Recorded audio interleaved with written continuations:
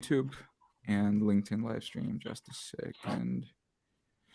Again, oh man, I don't know. I don't know what's wrong with LinkedIn. It's been acting strange. Huh. Just a second. Okay, stream URL. I don't know. Um, I had trouble with it in the beginning, like in the very beginning. I don't know. It just doesn't. That's weird. Oh, okay. We'll fare without it.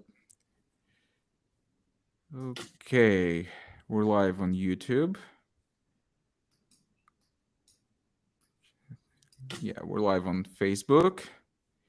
And I don't know what's up with LinkedIn. So if it goes live automatically, it's fine. All right.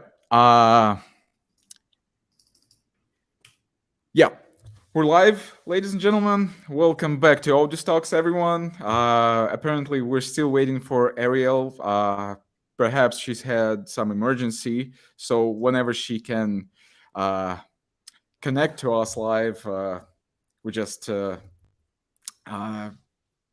we'll just welcome her to the conversation.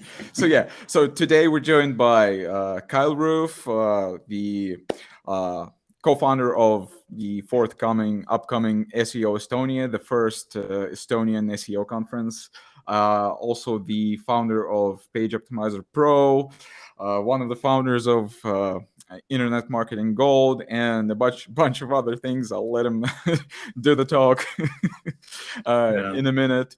Also, we're joined by Tim Schmidt, our in-house Odys mentor and an overall well-rounded SEO and digital marketing pro.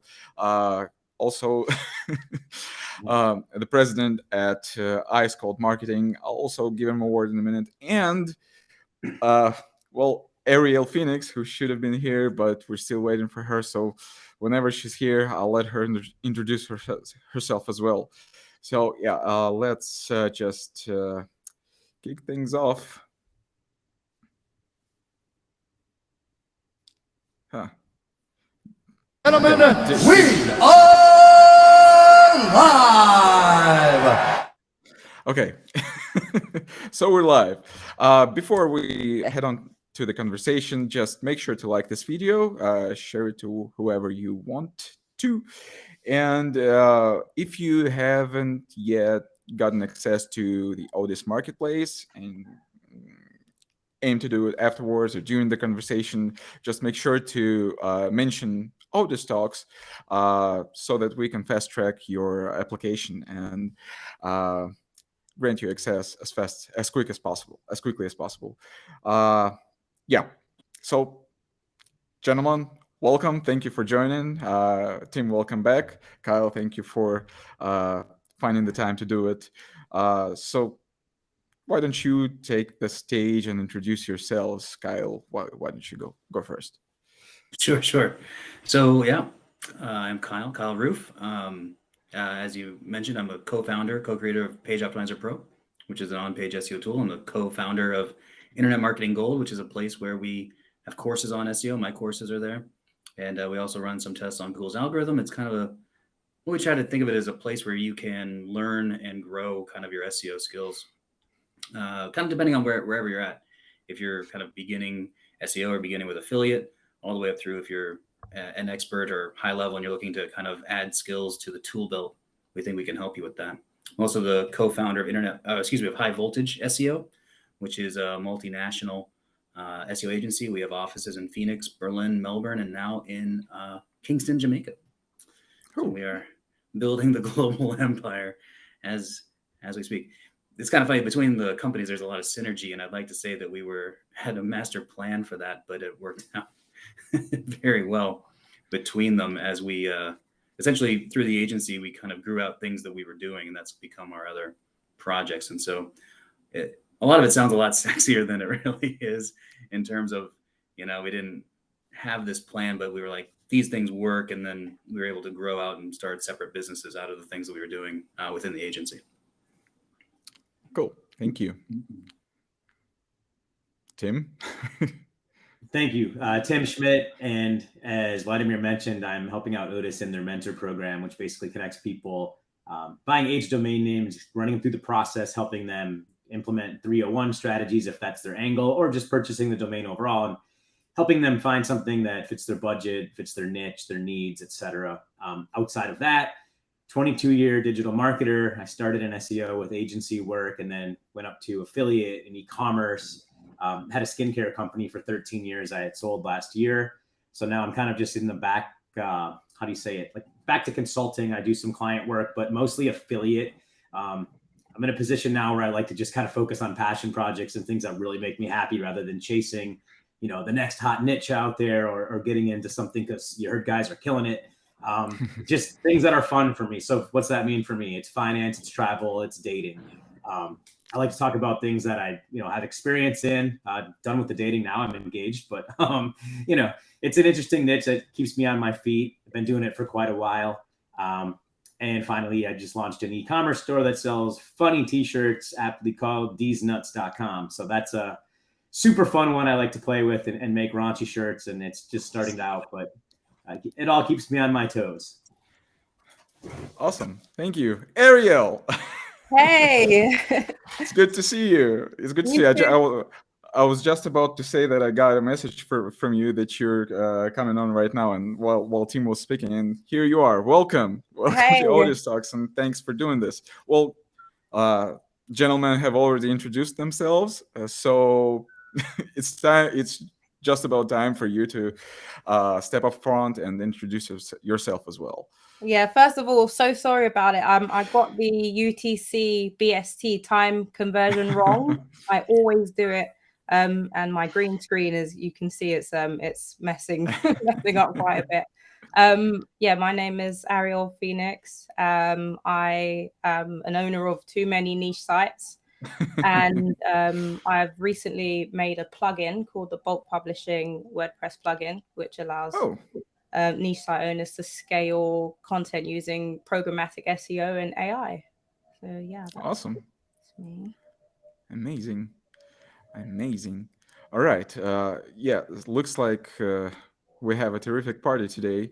I think this deserves a big round of applause.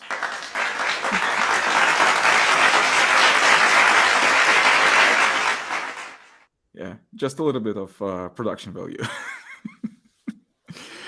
Yeah, all right. Ariel, I didn't realize it was you who came up with bulk publishing, because I think it was Mod Singers who mentioned your tool, and he was really glad about using it. Just really praise it. So yeah, good to know that it's you, and we have you on. All right. Well, there are a lot of things going on today, and to be honest, I really don't know where to start. So I guess let's start with the thing that's coming up in just 3 weeks. A huge event, and like a first one in this region, I'd say. SEO Estonia, and as I mentioned, and as Kyle mentioned himself, he's one of the founders of this event, one of the hosts. And yeah, why don't you tell everyone, the audience, and us as well, how did you come up with the idea to host this an SEO event in Estonia in particular? Why in Estonia? And what's so special about it compared to other events like the ones held in the UK, in Southeast Asia, and the like? It's going to be vastly superior. Obviously, that's what's the main difference. Carl Kanger and I were having drinks in Chiang Mai one day, and Carl was mentioning that there haven't been any SEO conferences in that general region at all, and Estonia is really blowing up in terms of tech. And there are a lot of SEOs there. I think per capita, they have a very high amount of SEOs. So even though it's a smaller country, it's really big in tech and digital marketing and so forth. And so we decided that would be an excellent location. And Tallinn in August is a nice place to be. It's a nice place to be in general. It's beautiful. I haven't been there yet, but I'm looking forward to it. And Carl is from Talon. And then we teamed up with a very good friend of Carl's, Timo, who does event coordination and stuff like that. And so the event we're putting together is, I think, really nice. It's going to be very kind of participant forward. You know, we want to make sure that you get access to the speakers. You have mastermind and networking opportunities as well. And like one of the things we're putting together is a scavenger hunt where you'll be in teams going around kind of the downtown or kind of the walking area of Talon, and bars and restaurants will have like a signature drink or a signature dish, and you purchase that, you get a little stamp on your card, and then the teams that collect the right number of stamps get entered in for prizes. And so we're trying to make it, you know, fun. And often I know that SEOs and digital marketers in general are not usually the most outgoing folks, but to kind of give like an environment where you can meet people and you can do that networking that you want to do in an environment that makes it easy to do so. And then of course the speaker list is excellent. We're going through the speakers talks now. We're also keeping them shorter than a lot of conferences so that they're a little more TED talky. In my experience with conferences, like an hour talk, you're not going to remember much from that. And it's hard for people to pay attention really for more than 15, 20 minutes anyway. Yeah. And so we're keeping them to like more of a 20-minute type talk. So you get like one or two really good nugs, and then like a 10-minute Q&A afterwards, where then people can dive in and ask questions about those two things. So it doesn't get too far afield.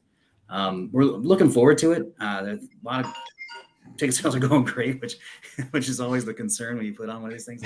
I don't think we're going to lose money, which is a plus. And that'll actually allow us to do it again next year as well, which is really exciting, where we can really establish ourselves as this is the conference in that neck of the woods. And just really excited to be involved in it. And I think it's going to be really, really good. Yeah, cool. And well, where can people like find all the info? And oh, by the way, thanks to Odys for being a sponsor. I probably should have mentioned that earlier. SEOestonia.com, real simple. So SEOestonia.com, you can buy the tickets. There's still, I think there are only a couple VIP tickets left. So if that's something that someone really wants to do, they should jump on that. And then there are general admission tickets, or the deluxe tickets, which give you access to like the recordings and stuff like that as well. So SEOestonia.com. Awesome. And you're also going to speak on it, right? Yeah. I'll be I think I'm the keynote speaker on day one, so nice. Not to be missed. That should be good. And well, you and Ariel, as far as I know, are well, you've been speaking on giving presentations and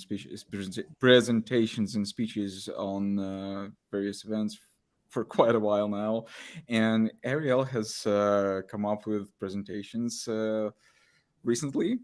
I saw Kyle the other day at the SEO Search Birmingham, and it was amazing. Carl, I mean, I've been watching Carl's videos from the very beginning anyway, so I did go up to him and have a fangirl moment, but the talk was amazing, very comedic. So a lot of inspiration for how a good talk should be, you know, performing and connecting with the audience.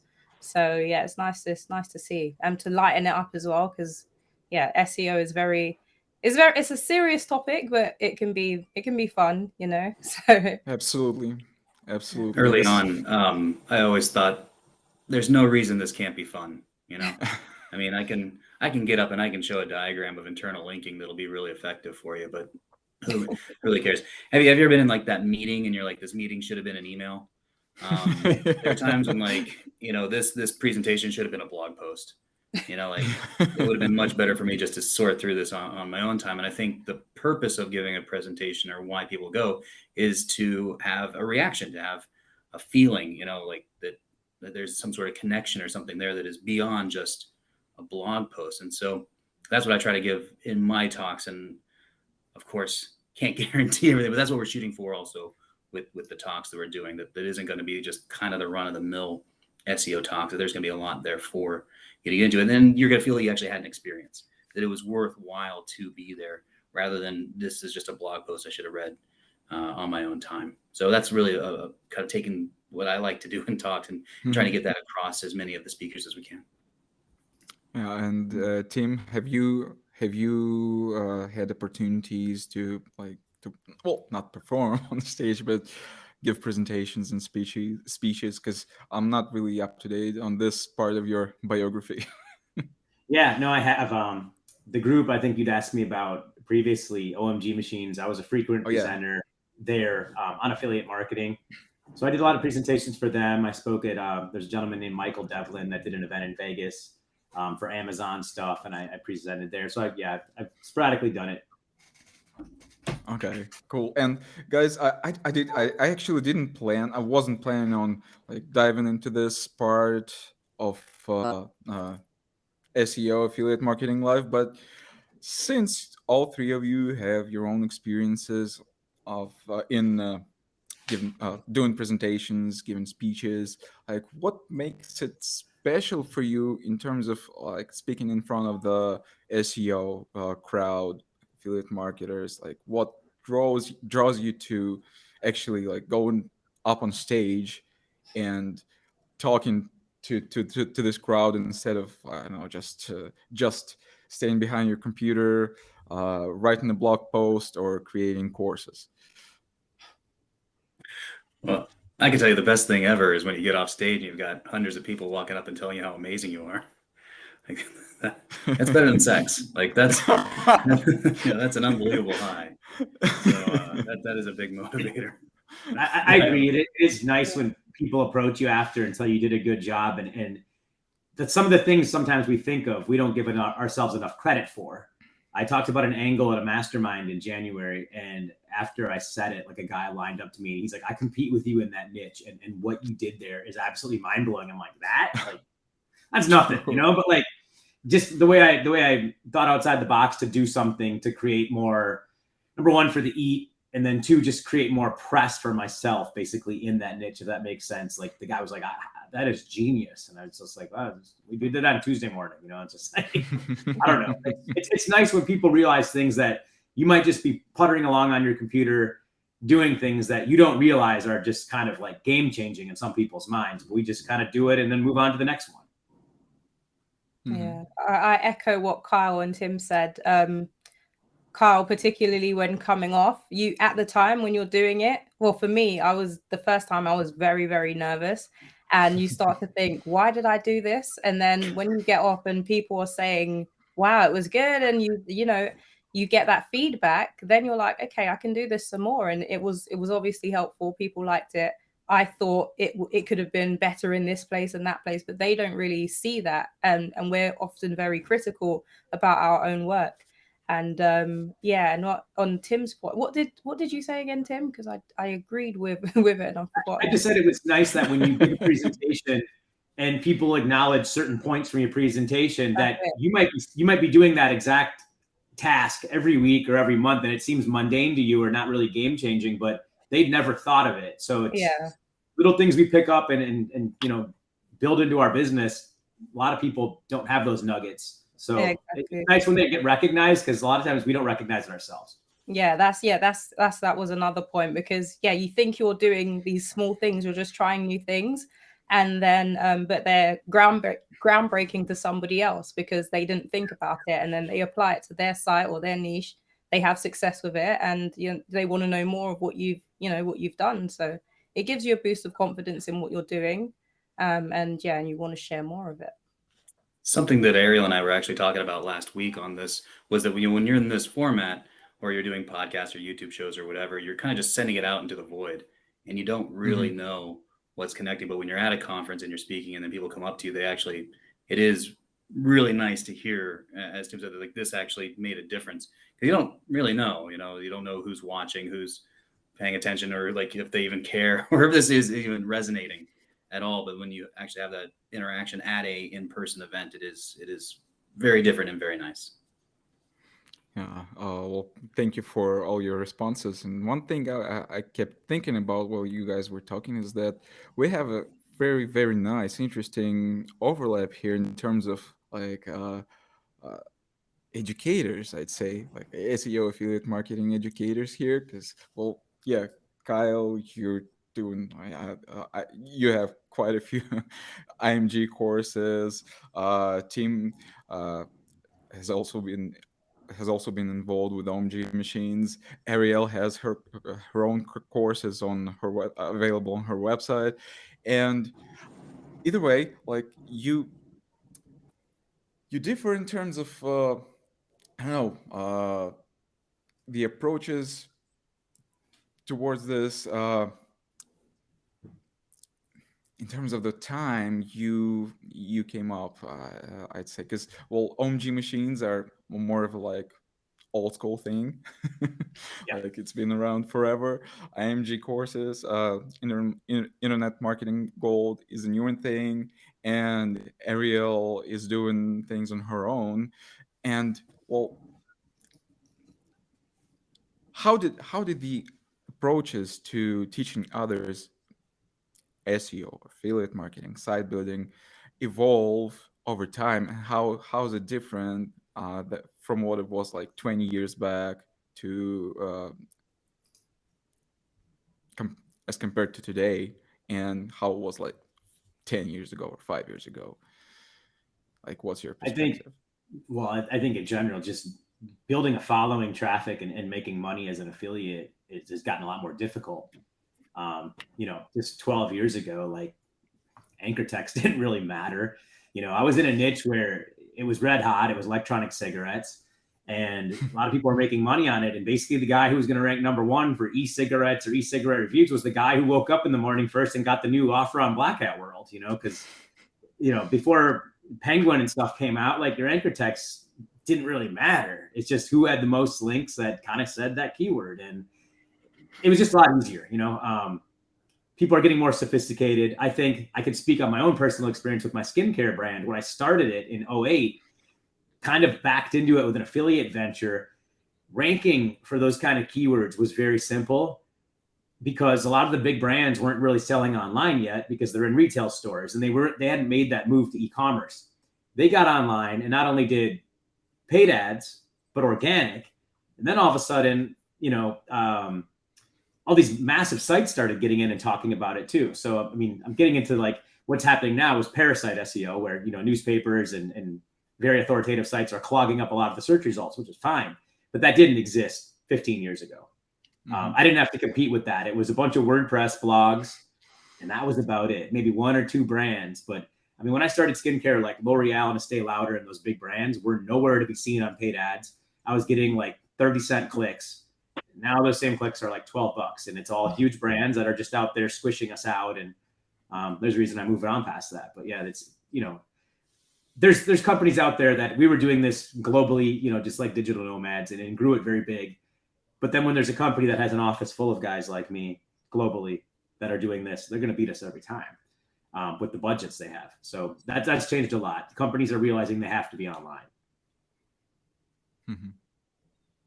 What do you guys think? I wasn't around then. So Kyle, I don't know. Yeah. I go back about 10 years or so, 10, a little bit more. I really didn't start teaching though, maybe 6, 7 years ago. I think more than anything, what has worked for me is really just showing what I'm doing. There's really a difference between talking about SEO and doing SEO, and kind of showing this is what I'm doing and this is what I'm finding to be effective. And then I think presenting it in a way that is digestible is a very important thing. Because again, it's easy to get lost in the weeds on steps and stuff like that. But if you really need a framework for how you're approaching this, and that'll help you problem solve too. Because if I show how I did it in this particular niche or this particular website, it might not translate exactly what you're doing, but if you understand the framework. And so I think if you can present that, you can teach SEO and you can explain it pretty well. So that's kind of when I started doing courses, I guess in around 2015, now that I think about it. 2015 was when I was first on stage too. I did my first presentation. From there, a lot of it has been the same in terms of how I've approached at least explaining SEO and all that, but it has required doing SEO and being involved in projects and stuff like that. So I can take that knowledge and then put it out into a course or to some sort of training or workshop. Mm-hmm. Nice. And Ariel, speaking of, well, as you mentioned, you weren't around at that time. Well, I think you've noticed one of the topics listed in this live stream's title is catching up with giants, and well, uh, you're compared to Tim and Kyle, you're still Yeah, a kind of new baby to giant. this, yeah, and like what what helps you to really catch up with the giants, or like what keeps you doing it in at the times when when you fail, because I mean failure happens all the time to everyone, and especially when you're in such a competitive industry as SEO and affiliate marketing. I will say, on the topic of the courses, times have changed so much. So when I would have bought, well, I wouldn't have bought courses back in the day. They seemed quite vague, and I think people used to roll their eyes at courses quite a bit back then because it seemed like everybody was doing it. I know everyone's doing it now, but now you have to provide value, and I don't feel like they were providing much value, a few years back. And now it seems like people are genuinely sharing things that are working, and because they get feedback and then they get repeat customers once people have proof that what they've shared works. So I think the quality of the courses and the education in this space, paid and the free stuff on YouTube, is insane. It's that there's an insane amount of quality in the education that we have available to us. So for me, it's just being consistent, learning, constantly learning, knowing I know so little. And every time I learn something new, I know I'm at the tip of the iceberg and there's so much more to learn. And I think I'm just hungry to know more about everything to do with SEO. And when I go down rabbit holes, I go all the way in and I'm in there for a while, getting lost, and I have to remind myself to sleep and eat. So I just genuinely love the space and the possibilities. And I think very early on, people sharing things like income reports and all of those things are very, very inspiring for someone who's brand new. So if you have a personality type where you will stick with something, then there's no reason not to, because everything's laid out. Hmm. Yeah, thank you. There's a question in YouTube chat. Actually, it appeared almost instantly once we started the live stream, but I just kept it for later. So Michael is asking, is it okay to place multiple domains in Google Search Console for purposes of 3-in-1 redirect? I have 4 redirected to my main money site. I buy older sites in my industry that have great backlink profiles. So what do you guys think? So Kyle? they're saying that they have multiple sites within their same search console, Yeah. and that several are being used for redirect. Is that the idea? I guess why would you Mm. have it in Search Console if you're just redirecting it? That was my take. Yeah. I would just take them out. Okay. If you have any concern whatsoever, because you're not getting any data out of that, so remove them. Right. Keep Okay, the main well, site in there. The other ones don't need to be there. Okay, well, I hope this answers your question, Michael. Problem By the way- solved. Next one. Yeah, team, high five. High five. Yes. High five. By the way, everyone listening and watching, please don't be shy to ask your questions, because we have 3 great minds over here, and they will be excited to answer your questions. Uh, well, uh, we're getting back to AI once again, because we're obviously having Ariel, who's the founder of bulkpublishing.ai. Am I right? Is it .ai, not Yeah, .com? yeah, I, All right, bulkpublishing.ai. And well, I wasn't planning to like really dive deep into this topic today, but since you've founded this thing, I think we should. Um, So yeah, SEOs and affiliate marketers are taking advantage of AI big time lately, obviously, because it helps streamlining the processes, scale things up. Last time we've had Vibov of auto blogging AI, which basically is like the God mode automatic content writing tool. uh, and on the other hand, we've had Kyle Claver, one of the Odys mentors who unfolded his use of ChatGPT for content writing. Like, well, he's doing it like heavily edited, but still optimizes things and scales things up and cuts the costs of things. So, why did you decide to like invest your time and effort into creating this tool, and what makes it like valuable for you in particular? It's me in the rabbit hole again. I wanted to learn. I can't program, and I learned about programmatic SEO, and I was very intrigued by it. And I've tried to learn how to code. I got to maybe day 15 on Replit, 100 days of code. I really thought I'd be able to do it, but yeah, I always get confused. I'm living vicariously through my 7-year-old who is learning how to code now. Not that he probably won't need it, but yeah, so I kind of went down that rabbit hole wanting to do programmatic SEO and programmatic sites. And at the same time, I started experimenting with WP All Import and CSVs. So using Google Sheets to, create rows and rows, which would be individual blog posts. And I started learning how I could piece that information together. And I was using Jasper at the time. And they had a Chrome plugin, so you could generate your text and then put it in the sheet, but it was still taking quite long. And I thought, what would happen if we had, AI or GPT within the Google Sheet? I'd be able to click and drag and, write prompts and do all of that sort of stuff. So as soon as they rolled out, access to the API, I jumped on that and learned that it could have been done in AppScript. And so made the bulk publishing system, which I turned into a course, because I was sharing what I was doing on Twitter and I was getting loads of feedback. And that was one of those moments where you're just doing stuff, having fun, and then people are interested. So I ended up making it into a course and putting the tool and making it public.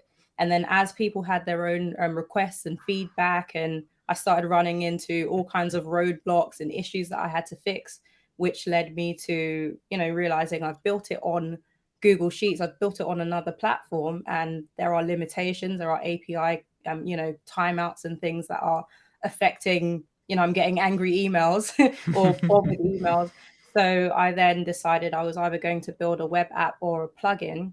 And I wanted to take away the double step process where you have to upload a file and, so yeah, I decided to make the plugin and just haven't looked back because I use it on all of my sites. So it's I'm just building it out to be exactly what I need. Yeah, so basically you're not just you haven't just created a tool and then just spread the word about it, just advertising it, but you actually like put it to use yourself. Like you're the first and the main person taking full advantage of the tool, and like you're the live example of its value, basically. Yeah. That's cool. That's really cool. Kyle and team, how are you implementing AI in your work today? Tim? Well, on what Ariel Or said. Kyle? Oh, sorry. It's all right. No problem. Please go ahead. Go ahead. Oh, I mean, content, obviously, I do a lot of niche sites myself, and more so for clients and blog post ideas. Like, there's some campaigns where you want to be more active and keep content flowing. And you ask a client, hey, what should we talk about this month? What's happening in your company? Like, they never have any idea. Like, you have an event, we could talk about that. Like it's AI gives you ideas, content topics is one super easy example. If you don't know what to talk about, and you have a travel blog and you do need an idea, you can go to ChatGPT and ask it, give me 5 topics to talk about for describing what to do in August in Florida, which my number one recommendation is get inside the air conditioning. Yeah, it's, content planning, not only planning the content, but executing the content as well. I'm definitely going to check out Ariel's tool because, scaling content is the biggest demand I have from, partners and my own sites as well. But yeah, it's just a massive overhaul of content. I like to get a lot of content written with AI, kind of see how it does in the SERPs and then go back and edit it a little bit myself, put my own voice on it. I know people use prompts to have it talk like all sorts of different people, but in the finance space, when you're talking about like real life things where there's tax law and the IRS involved, I always go back and double check it. But that's the only drawback for me. But in other niches like dating and stuff like that, it can run rampant with, how to hook up in Boston, and it's never going to really be wrong. It might be dirty, it might be funny, but it's not wrong. I don't really have to curate those as much. Mm-hmm. Kyle? I was just gonna say on what Ariel was talking about, you make a tool for yourself. You solve a problem that you have, and that can be very successful because you're not the only one with that problem. That's what we did with Pop was we were using another tool for on-page optimization, and we had a nice system in place, and then they updated the tool and took away the thing we were using. And I remember pinging them and I was like, can we just roll back to the previous version? And they're like, no, it really wasn't that good. And I was like, well, we were getting great results with it. But it was janky. It wasn't like, as Ariel was saying, she had to do these extra steps to get it to work how she wanted to work. We were doing the same thing. Like it gave us kind of this baseline, but we still had to do extra steps. And I was like, why don't we just build something for ourselves then where we're not going to be dependent upon somebody changing their software, but also we can cut out those steps where it's awkward. And that was exactly what we did. And I think, Ariel, with what you've done, you'll have a tool that has staying power, where if you've solved a problem you have, other people have that problem, and you'll have a tool for a long time. We've recently integrated AI into Pop with an AI writer, so we're kind of getting into that game. But we're trying to differentiate ourselves that we're not an AI writing tool; we're an on-page optimization tool with an AI feature, and so we're kind of coming at it from that approach, and also trying to do it as cheaply as possible because those things get expensive in a hurry.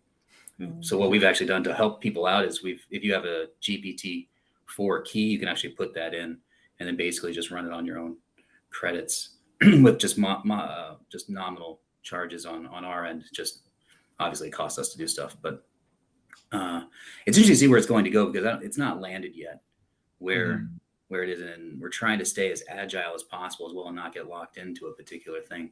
Because I'm sure in the next 6 months to a year, we'll see a lot of different changes with applications and what's there and what's possible. So kind of trying to keep an open mind in terms of our implementation right now and be open enough that we can pivot if we need to pivot.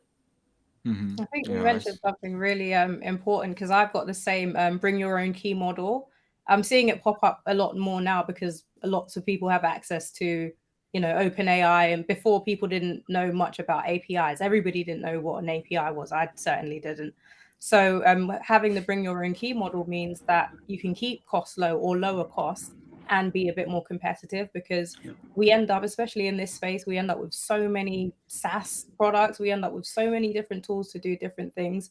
And AppSumo, it's always got a ton of stuff on there. You can get roped into buying things that you won't end up using and getting the best value out of. So bringing your own key, paying for what you use, it does free up a lot for developers and for businesses and the customer. So it's a good model. Yeah. Kyle, since you're like a huge pro on EEAT, how does this advent of AI affect it? Because like previously you had to invest a lot of like time and effort on your own, just writing things, creating personas and stuff. But right now it's you can do pretty much all of it like this. I wouldn't advocate doing that. I would advocate making yourself as real as possible. Something I was talking with some people actually just recently on was that if you are a real company, your EAT is taken care of. The people that have EAT issues are the people that aren't a real company, or they're trying to hide who they are. I don't think anybody would dispute that Google's been pretty hostile towards affiliate sites over the last 3 years and some change, but I don't think it's because they're affiliate sites. It's because by nature, affiliate sites usually try to hide who they are. They try to hide the company behind it. They try to hide who's responsible for the content.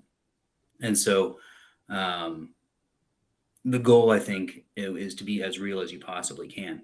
It's not ticking one box, it's ticking as many as you can, and emulating what an actual business would be doing is what kind of protects yourself in those situations.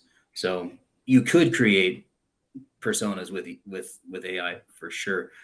I wouldn't advocate for that because you probably have somebody writing the stuff anyway. You know, there is an editor that is doing an editing process. Why can't that be your author? And that's the person you can put on and create an author bio page. You know, establish that they are an entity that's associated with your company, and then when they write articles, you can link to that article bio page and schema pretty easily to establish a real person has actually done this. So maybe the first step or two was an AI to produce the content, but then somebody did actually give it an editorial review, you know, editing for like tone and voice and brand and factualness and uniqueness. And if you've got those things covered, that is an author. You know, that's somebody that has written it at that point. I would take advantage of that and use the real people that you have that are actually doing that type of work. Okay, thank you. And what if like an affiliate marketer, a niche site builder, has a portfolio of like, I don't know, let's say several dozens websites? Oh, Mike, that was going to be my question to Carl. Well, I mean, hopefully there is somebody that is responsible for the content. You know, I think really what it comes down to, like, especially if you read the quality raters guidelines, is I think the concern here is if somebody's harmed by what you've written, where can they go?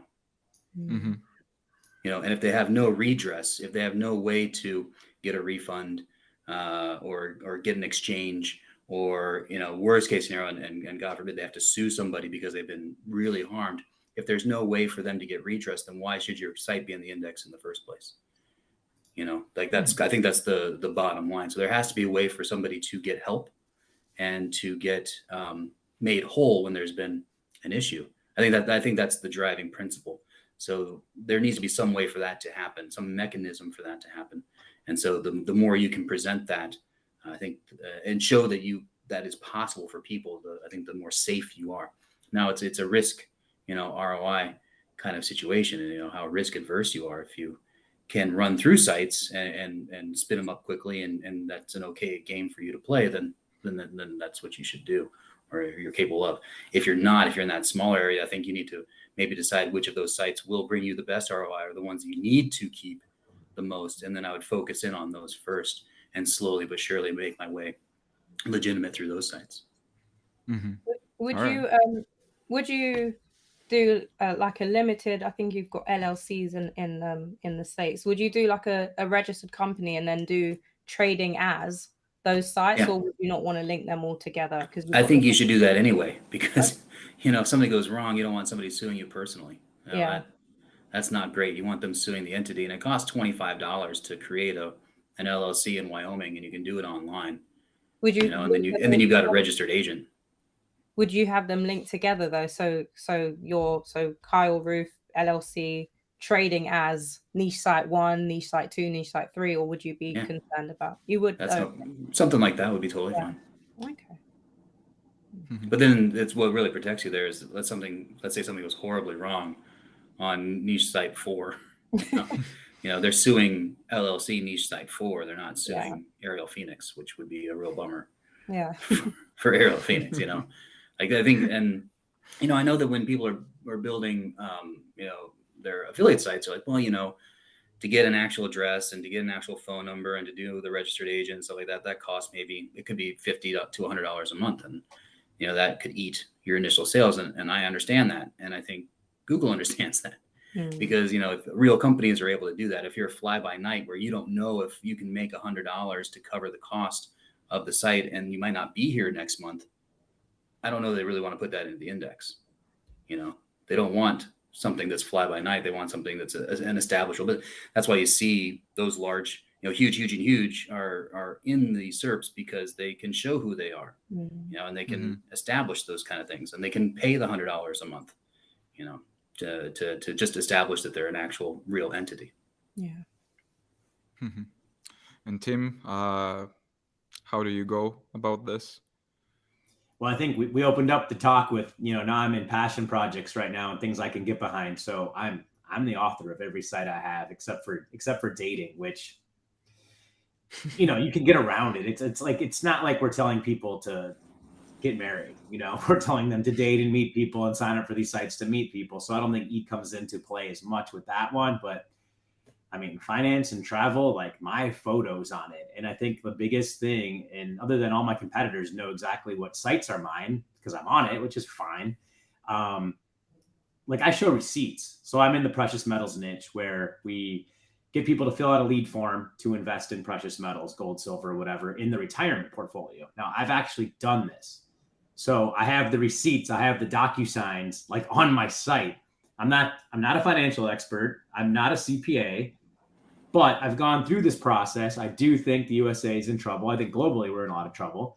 The US dollar, no fiat currencies ever really made it. So advocating a small percent, even 5% of your retirement to gold or silver to back it up in case we do get a tanking economy, that typically goes up in value. That's the whole angle we play here. And it is true. I'm showing receipts. I mean, like there's really no arguing like, here's the company I chose. Here's the paperwork. Here's the DocuSign. Here's the account open. Here's a picture of my metals. Like that's how I get around it. So, like Kyle said, I wouldn't advocate using AI and trusting that to get to go. Like I'd be as real as possible. And like you said, you have an editor, you've got a VA, you've got a family member. There's always somebody you can plug in. Always. Okay. I'll thank you guys for diving deep into this. All right. Right now, I will ask you to share your thoughts on the domain I've selected for this conversation. I'm just going to share it on my screen for everyone. Yep, this is it. So this is testpledge.com, and Odys domain. It's a premium age domain.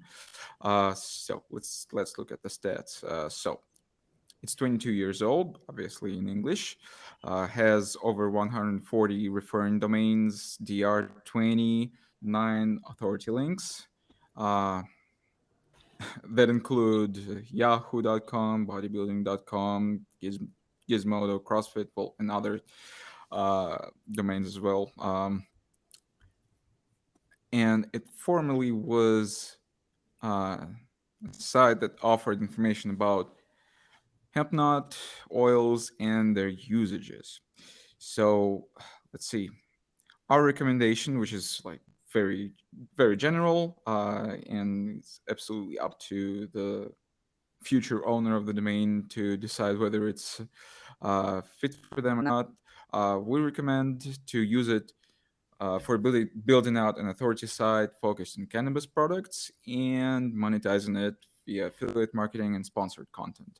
So yeah, pretty similar. And by the way, before we get to your thoughts on it, if you go to the mentors tab on our website, you can see all the mentors that are providing their recommendations on our platform, including Tim. And if you go to see recommended domains, you'll find the domains that Tim has covered in terms of growth blueprints, and we'll find a video blueprint where Tim, in this particular instance, is unfolding on the domain's metrics, history, branding potential, and all the other things associated. So now let's get back to testpledge.com.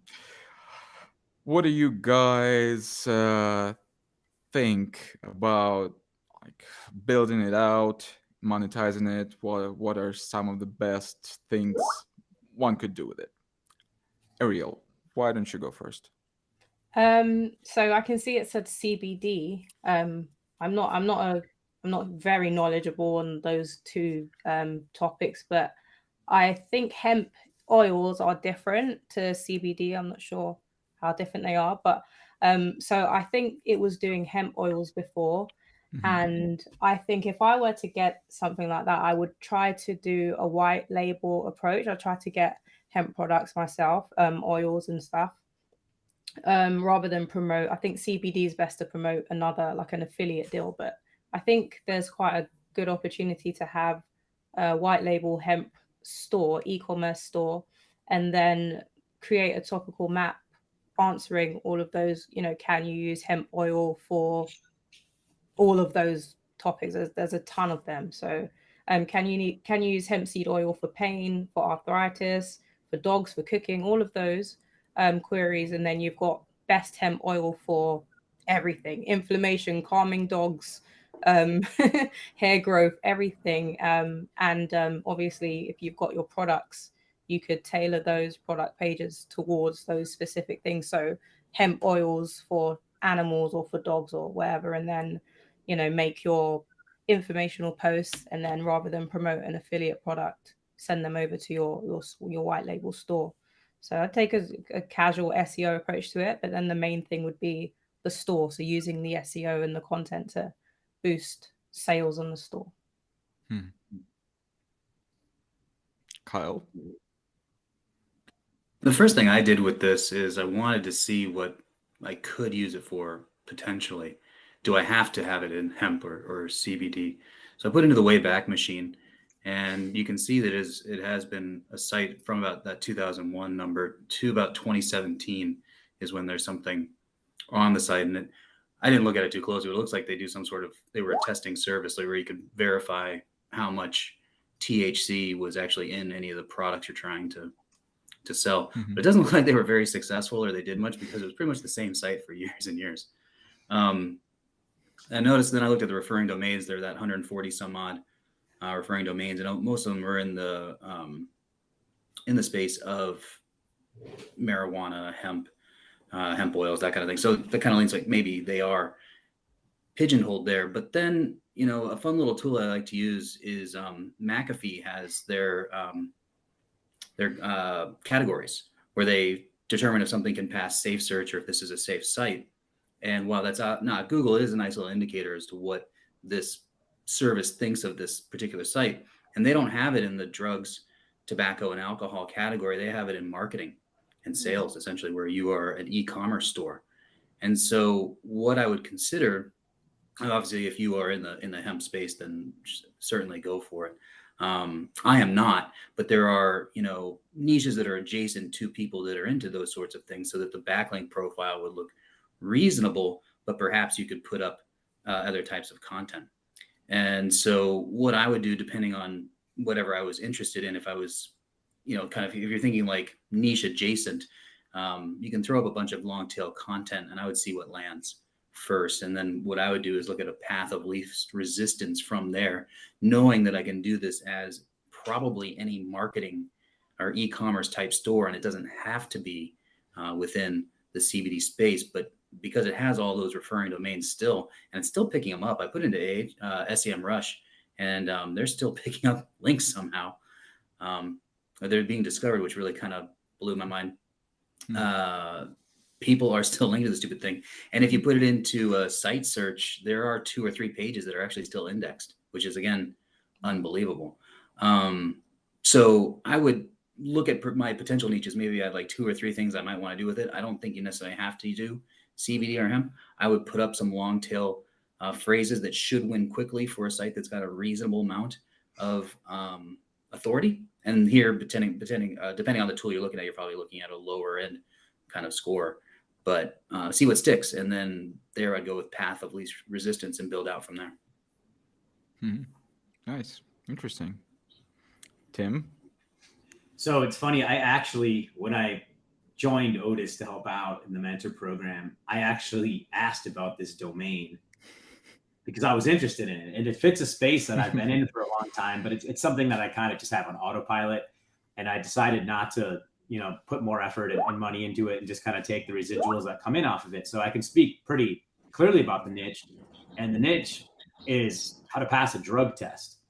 So there's a lot of different affiliate programs out there. I actually met a man named Charles, who I've worked with for 7 years at Affiliate Summit West in Vegas many years ago. And his company's called Test Clear, right? So we've got Test Pledge here, Test Clear. When you go into all their keywords, it's how to pass a drug test for marijuana, how to pass a urine test, how to pass a drug test hair sample, hair follicle drug test, right? Then they have all these products that they have for people who are applying for a job and want to make sure that they're not going to get flagged. So they've got detox shampoo. They've got drinks, like a toxin drink for you drink for 10 days, all sorts of products. They've even got fake urine that you mix in with yours. And if you're not being supervised in the drug test, you pee through a funnel and you mix in it's like a powder and it'll come out clear. So they have dehydrated urine. It's a real thing. But I was doing, multiple 4-figure months, I think 4 or 5,000 I capped out at. That was before the parasites came in many years ago and it got more difficult. But I had an authority site on this that was focused around cannabis, but it was about how to beat a marijuana drug test. So that fits perfectly here because you have the backlinks already. You've got test in the domain, which is going to help a little bit. Branded for it. So if anyone wants to go in and join that niche, like that's your blueprint right there. There's tons of keywords. Mm-hmm. Oh, thank you guys. These are very very different 3 perspectives, and I think each of them is legitimate. So if anyone out there got interested in the domain, you can just reach out to Tim right away, and he'll advise you on how. I even have the keyword research done. Nice. Yeah, and he'll Turnkey. help you out. Yeah, exactly. Guys, how much time do you have on your hands right now? Like, how much longer can you stay connected to the? Can you do this conversation? Yeah, How much longer? Sure. 10-15 for me here. 10-15. Yeah. Okay, sounds good because we have like a couple more questions in the YouTube chat. So let's go through them. So WizKid Digital is asking, I'm thinking of buying an H domain for the purpose of redirecting it to my money site. What do I need to look for in a site and how to manage the 3-in-1 redirects? That's a very broad question, but here it is. Whoever I wants think to go first. I'll take the first part. What they need to look for is a site that closely resembles what they're doing right now. Meaning if they're doing plumbing, they should have a site that's at least around something that's handyman-esque, some sort of service industry. Obviously, if it's plumbing, that's perfect. But you want to look for something that's a direct match. Like if you're promoting porn, you're not going to want to use a site that was about teaching kindergartners, how to read. You know what I mean? Like you just have to back up that niche. Kyle's reaction. That's my opinion. All right. On the Ariel? 301, I've just started doing 301 redirects. It's a new addiction of mine, actually. So I've done a lot of research on the whole thing first before I started. And so I'm at the stage where I'm building acquisition pages. So doing it properly, looking at Wayback Machine to see what content, what links that I would want to recreate. But doing that acquisition page to say, we've acquired this site and building out content around the topic. And then I'll build a bunch of posts. So those posts that I already had and then some other posts, internally link them all together and then link those back to that acquisition page. So I think I'm doing it right based on my studying so far. But it seems to be going well doing it like that. I totally agree with that. You don't want to 301 redirect everything to the domain, the homepage, or the main domain, the root domain, because you're going to end up with a lot of soft 404s doing that. Where Google's like, I think this page should have existed, and it doesn't, and now it's just all going to this one spot. So you do definitely want to do individual 301s as much as you can, and how even if you don't have a direct correlation page on your site, I think how Ariel's doing is exactly correct. That we've acquired this and this is what we're doing with it and here we are kind of thing. And then you can use that page as kind of like a hub or a resource type page then to distribute the juice to other links on your site. I think that's very effective and a very safe way to do it. Okay, thank you. Thank you. I hope all of this answers your question, WizKid Digital, and thank you for the question, by the way. Okay, next one is by Omar. Everyone listening, I apologize. I won't go through all the questions because we're running out of time. So just Okay. Any thoughts on Google's new email on Core Web Vitals INP? I actually have no idea what's this about, so maybe you guys know what this is about. Don't know. Google's Okay. email? I don't know. Hey, Talking about it. it's Google's new email on Core Web Vitals INP. Oh, is that they're deprecating one of the Core Web Vitals and they're calling it something new? I think maybe that's what's going on. I haven't looked too much into it. I don't know. If your page speed is reasonable, I don't really stress about too much else with Core Web Vitals, personally. Okay. So should we move on to the next question? All right. Sure. Okay. Is there a limit to 301s to one site? It's So I like, guess this is if you have the to answer ask, is I it think depends. the answer is yes. Like, if you have to ask, you're there. Right? I've never done more than 4 or 5. I wouldn't. I've heard the same thing. I've heard after 4 or 5, it's just negative from there. So I just, I've never got that far anyway. From a business perspective, you have to think of the concept is you acquired another company and now you're merging them together, right? How many company acquisitions do most companies do? It's not that many. If you're a small business, how many are you going to acquire? 1 or 2. If you're, Amazon, then maybe you're acquiring a lot. That makes a lot of sense because then also your site has millions upon millions of pages, right? If you've got a 100-page site, I can't see you acquiring that many other businesses.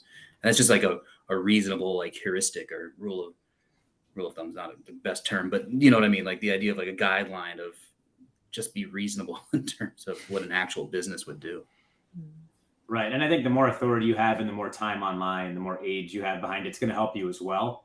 I think if you just launch a WordPress site and you throw, 90 redirects at it, you're obviously going to not get a lot of love. It doesn't look natural at all. For sure. Okay. Next question. Is programmatic a good idea and viable today? So I guess it's programmatic. It's an aerial question, right? Yeah. I think so. It seems to be going well. People say programmatic SEO, pure programmatic SEO is the first thing that's going to be hit, as in it's the easiest thing to compete with, because I used to find programmatic sites and I knew that I could beat them because the content was so thin. But there are other approaches, which is one that I talk about a lot, which is combining AI data scraping with programmatic SEO.